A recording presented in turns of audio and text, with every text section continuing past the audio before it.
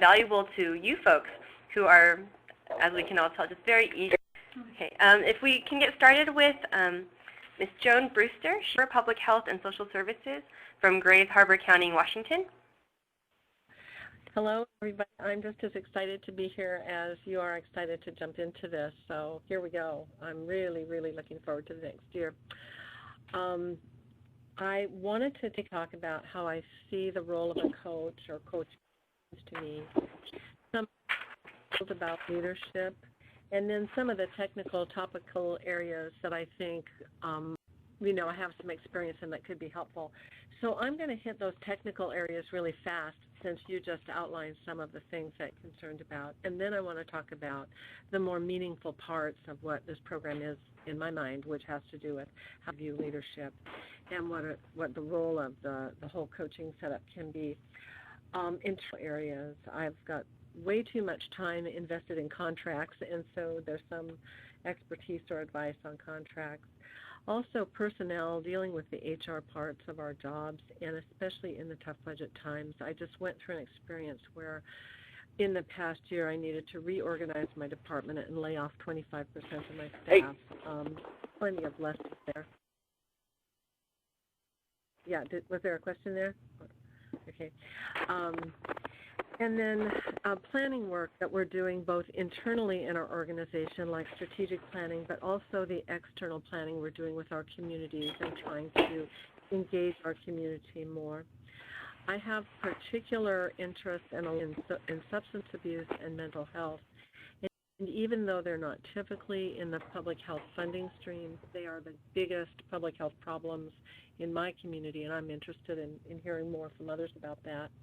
I've put plenty of time into board development. I serve a body, I serve 3 elected officials, as I think most of you do. And for example, my board of commissioners will be 2/3 new commissioners in a couple of weeks. And I've just spent a lot of time working with county commissioners over the years from my time at the state. So plenty of time in budget work and also in legislative and policy work, 18 years working for the state and directly related to my work there was a lot of legislation and policy advocacy. So those are just topics that I have interest in. I'm happy to talk about them anytime if those are of interest to you. I think more important is, so how do I see the coach's role or what am I looking forward to? And I think the key thing for me is that that's really about two-way learning. It's not about advice and answers, because if it was easy, you wouldn't need it. It's more thinking about the role of the CO that you now sit in that chair and what is the focused conversation you need to have that will help you approach situations that are really challenging. I think that we all have hard things that we have to make decisions about or think through, and they're usually pretty high risk. And I have found it very helpful to work with people in a coaching role where I can have those conversations about high-risk, difficult situations I have to manage, and that helps me to clarify my thinking, and it provides a kind of challenge to my thinking so that when I'm ready to move ahead in my decision-making, I feel confident and really clear about what it is I'm to accomplish or why I'm doing the things that I'm doing. So I'm hoping that that would be the type of coaching relationship that I would have in this program. I also find it helpful just to rebalance my thinking, sometimes get a new perspective. Some problems seem overly large when we haven't figured our way through them yet, and having that other voice can really help put them in perspective. I also think as a person who works at this level, I never really stop needing that and always seek those kinds of relationships for myself. In terms of what I think leadership is, and my focus would be to hopefully spend a lot of time talking about leadership and developing leadership approaches. I feel that it's the most important thing that we bring to our role as a chief executive officer for our department. So leadership is something that is a lifelong interest to me. I feel like a student of leadership, and you're never done and never stop learning it. I have the opportunity to participate in the public health leadership Institute, but also some other things like Edge Learning and the Whidbey Institute, and in touch with people that are thinking and writing about leadership at an important level, I think. So I periodically want to go back and reflect on that learning and to also find out what's new, which is one of my motivations in wanting to be involved in this, is I think I can fall behind in the past. But some favorites for me, just in case they are on your list of favorites, are David White, who wrote The Heart Aroused, the work by Bowman and Deal, Reframing Organizations, and more importantly, I think, Leading with Soul, the book that reminds us that we have to bring our whole self to work, and it's who we are that's going to make the difference in all of the work that we do. And the Heifetz and Linsky work coming out of Harvard, Leadership on the Line, probably one of my favorite texts for where I need to do my work. The experiences that I've had are probably better than all of the literature we might want to reflect on in terms of needing to use your most forward-leaning and forward-thinking skills, working my way through things like the mad cow experience when we had our first situation in the country with mad cow disease that happened in Washington, and then being a part of some of the ASTO conversations related to ANZ and SARS, et cetera, just by virtue of the position I was in. That's where leadership really was on the line and where we had to think our way through tough problems. So I think there's just a lot to be learned from that.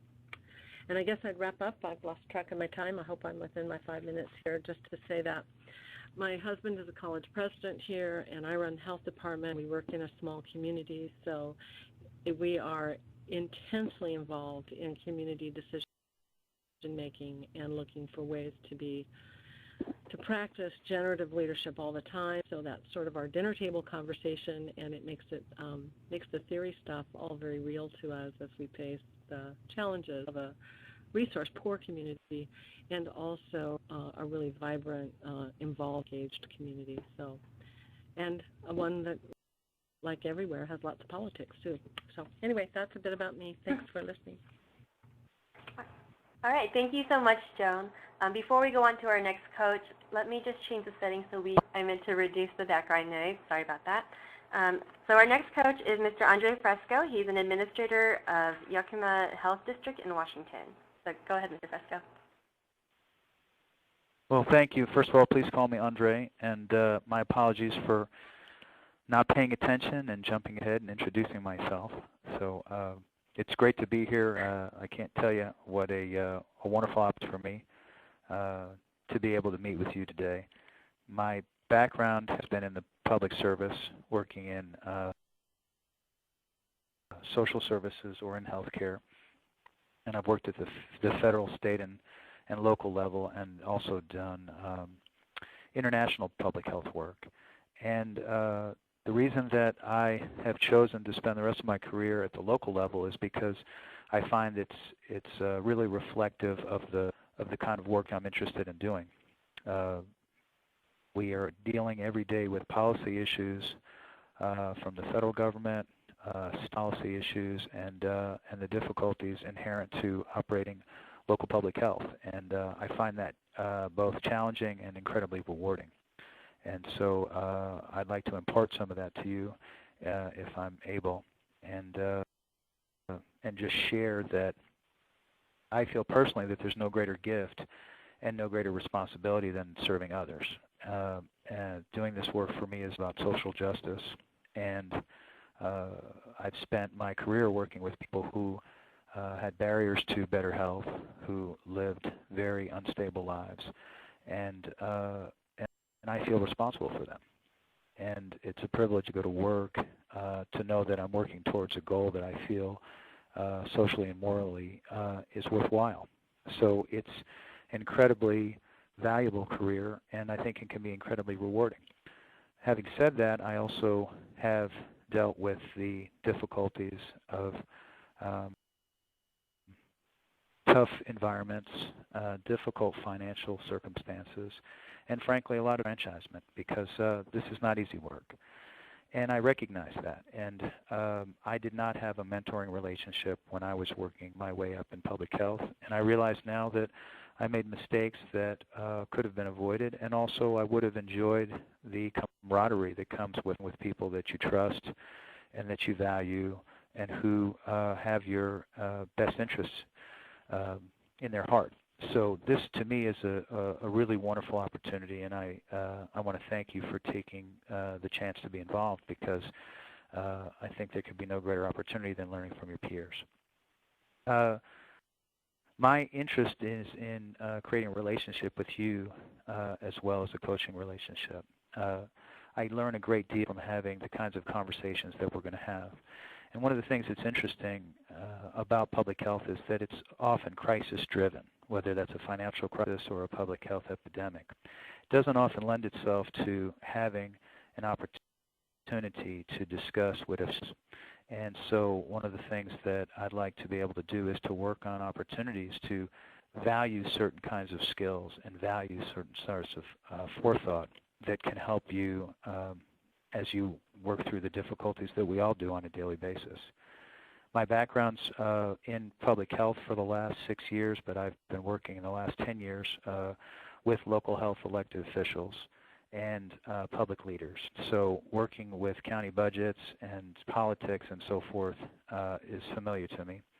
And I've done a lot of building and renovation projects in public health that require community buy-in in order to be successful. And I've also worked on a lot of projects to turn health departments around that were either financially suffering or that had some difficulties in terms of employee relations.